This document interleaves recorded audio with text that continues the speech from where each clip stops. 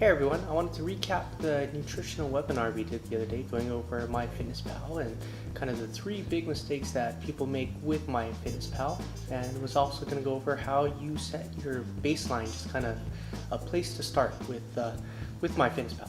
Mistake number 1, picking the wrong food entry. So MyFitnessPal is a fantastic tool, however its user-driven database has a lot of really bad entries in it. So for one, we'll show an example here. Here's a juicy looking cheeseburger. It's your normal cheeseburger, has cheese, patty on it, lettuce, tomatoes, a relish of some sort on it. So if we go over to MyFitnessPal and we go to add a food and we type in cheeseburger,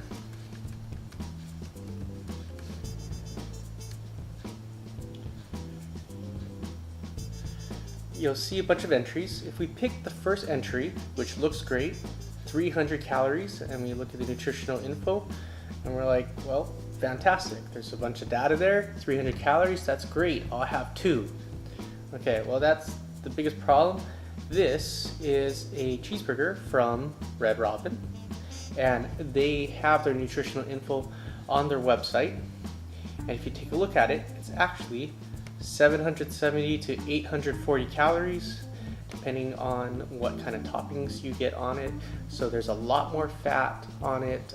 There's a good amount of protein as well, but this doesn't give you quite the low numbers that you were seeing in MyFitnessPal. So that's kind of mistake number 1, is selecting poor entries on it. My recommendation is whenever you can, try to put the name of the restaurant. So you put cheeseburger Red Robin,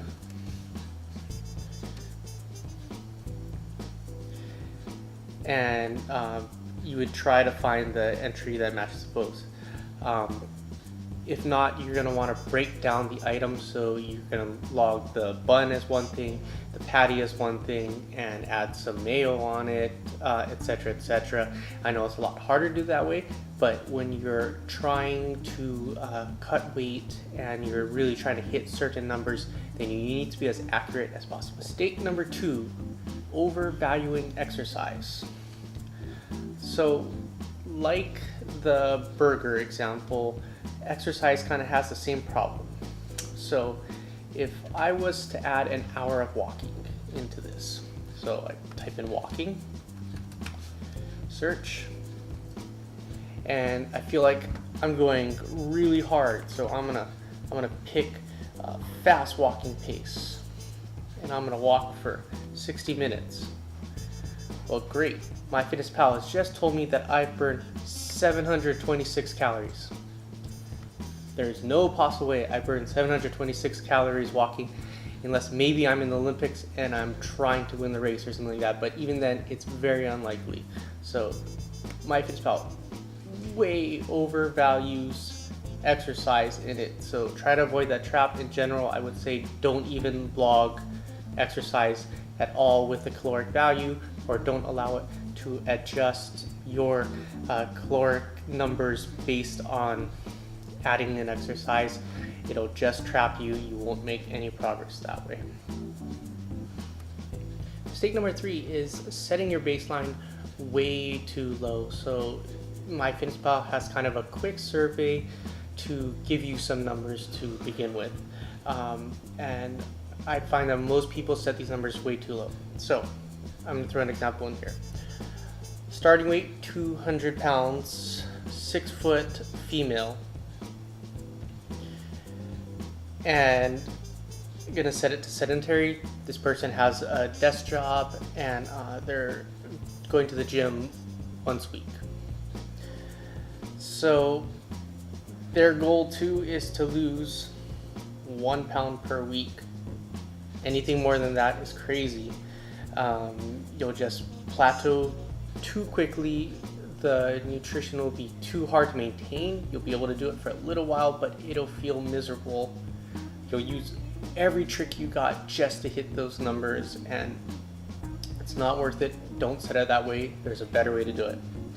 So let's take a look at this profile. When we hit update profile, it's going to give us set of numbers. So it's going to say 1600 calories per day, 1640. Just for reference, a body in a coma uses 1200 calories a day. So they're saying you only need 400 calories a day, combined with the 700 calorie walk that this person just had. You can see how messed up the numbers are. So way too aggressive. Additionally, the protein is way too low. So if this person was trying to maintain any muscle mass that they've spent, the last year building, you're in trouble. So these are very poor numbers, would not recommend them. So there's a better way of doing this. Instead, what we're gonna do is, say we wanna weigh 180. Well, let's eat like a person that weighs 180. So we're gonna set the starting weight to 180. And we're gonna say our current weight is 180. And instead of trying to lose 1 pound a week, we're gonna maintain the 180. And just making those changes, not even changing the activity level, where really if you're eating the right amount, you should feel energized, you should feel like you want to come to the gym, where you could easily set these activities level up. Sedentary, I would set to is if you had a desk job and you're at EVG or exercising through another means 1 to 2 times a week. Light activity, 2 to 3 times a week. Active, 3 to 4. Very active, 4 to 5. So if we take a look at this profile though, leaving it at sedentary and just thinking they're gonna go for a walk in the gym once a week, 20-30 calories, much more manageable than before, about 400 more calories a day. This person should be able to lose weight at this caloric level. The macros, I wouldn't go with, those are wrong, but the caloric number is correct.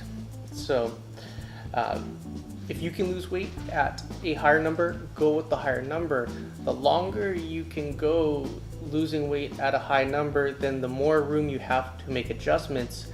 Sometimes instead of lowering your diet even lower, you can just add in another walk. If you get 10 pounds lighter, you feel good about yourself. Maybe you go from exercising 2 days a week to exercising 4. You're in the gym twice a week and you take 2 walks. That's a better way, a more healthy way of doing it than just trying to eat cardboard for 6 weeks, forcing your body down.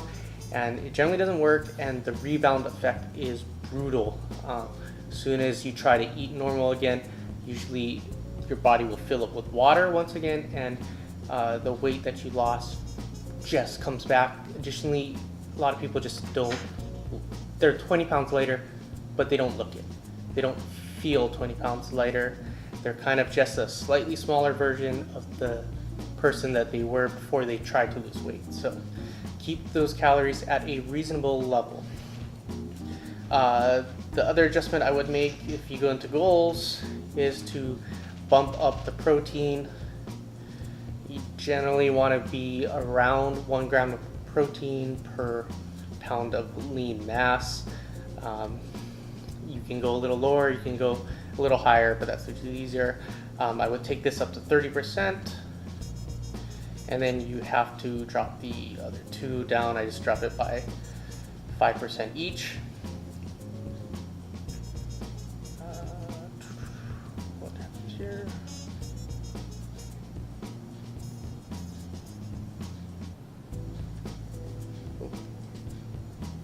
Carbs drops. Okay, so there, 200 grams of carbs, 68 grams of fat, 152 grams of protein, much more reasonable numbers, much more doable numbers. So that would be the baseline I would use for this person. Start with that, see how it goes. If the weight comes off too fast, then we might want to up the macros a little bit, giving them a little more room to adjust down the road.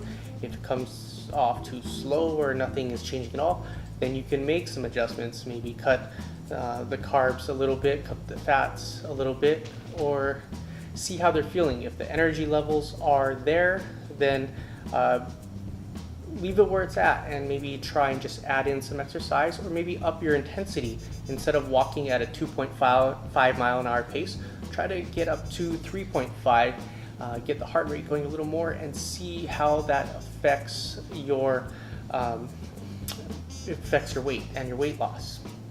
Okay, bonus tip, when measuring food, this is the recommendation.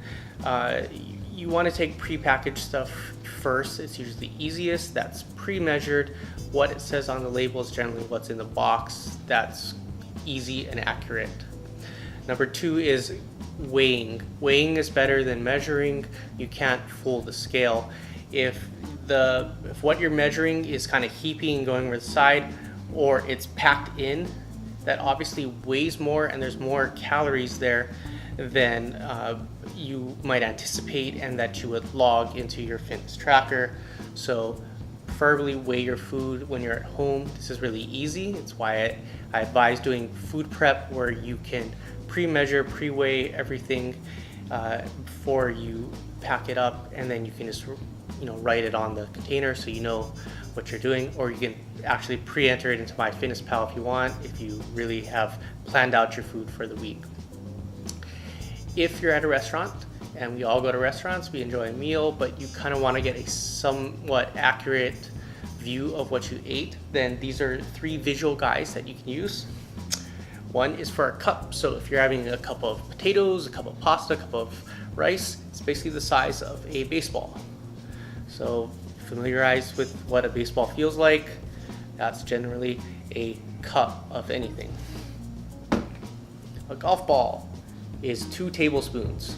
So if you're having peanut butter, or you're having whipped cream or something, and you want to get an estimate for what you have, then think about a golf ball. Golf ball is 2 tablespoons. And then a pack of playing cards is generally 3 ounces of protein. So that's really the best way to do protein, is figure out how many packs of playing cards makes up the meat. If you're a chicken breast is generally 1 pack of playing cards, so you have 3 ounces of chicken there. A bigger steak is 2 packs of cards, so you're at 6 ounces of a steak right there. And then in MyFitnessPal, make sure you pick the cooked entries versus the raw entries.